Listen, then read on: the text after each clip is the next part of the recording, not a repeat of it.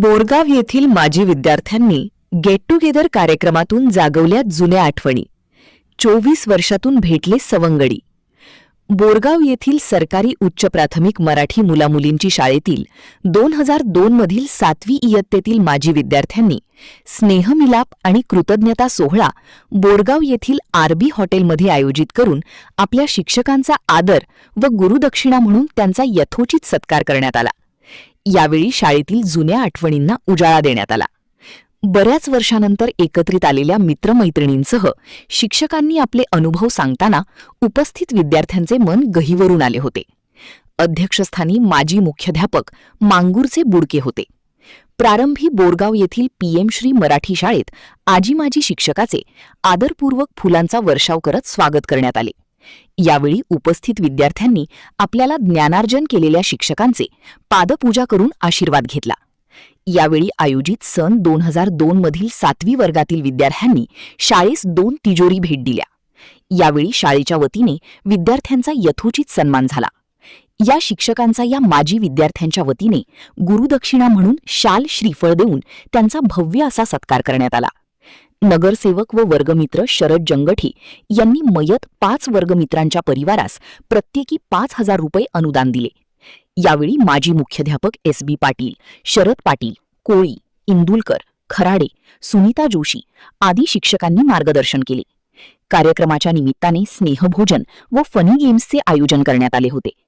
यावेळी मराठी शाळेचे शिक्षकवृंद, विद्यार्थी, विद्यार्थिनी यांच्यासह पालक उपस्थित होते.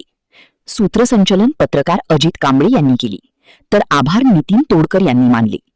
महान कार्य न्यूजसाठी अजित कांबळे, बोरगाव. लीडरशिपचे गुण आहेत. मी तोंडावर बोलून दाखवतो की सर आम्ही खराडे सर आम्ही चर्चा करत होतो, हा मुलगा वर्गात जास्त बसणार नाही, हा समाजातच जास्त बसणार आणि तो परफेक्ट बसणार.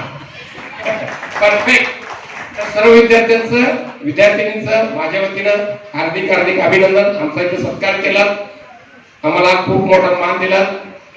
तुम्हाला पुढच्या काळात यशस्वी जीवन लाभो, कुठेही अडचण आली. एक महत्वाचं सांगतो, माझ्या अनुभवात येऊन गेलेले बोल आहेत. कुठेही संकट आलं तर घाबरू नका, कुठल्याही संकटाला कवटाळून बसू नका. आलेला क्षण जाणार आहे, तो थांबणार नाही आणि प्रत्येक क्षण काहीतरी अनुभव घेऊन जाणार आहे. फक्त येणाऱ्या वेळेला समोर कसं जायचं, धैर्याने समोर जायचं शिका. कुठलेही संकट राहत नाही, घाबरू नका.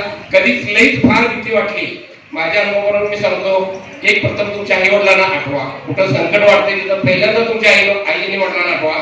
दुसऱ्या ठिकाणी तुम्ही काय करा, गुरुंना आठवा. आणि तिसऱ्या ठिकाणी तुमचं नामस्मरण जिथं ज्या देवावर भक्ती आहे देवाला आठवा. तुमचं संकट नक्की जाणार.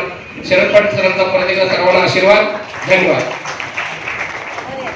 3 पत्रिका होत्या. मी खराडे सर आम्ही जळगावला एका लग्नात जाणार होतो.